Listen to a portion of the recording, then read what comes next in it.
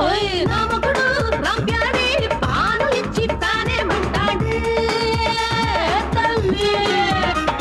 అమ్మ వాళ్ళు నిదరన్నా పోక ముందే తలుపైమంటాడు తల్లి అరే ఆగంటే సతాగిస్తుంటాడులే సరే ఇక చాలంటే ఇరక తీస్తుంటాడులే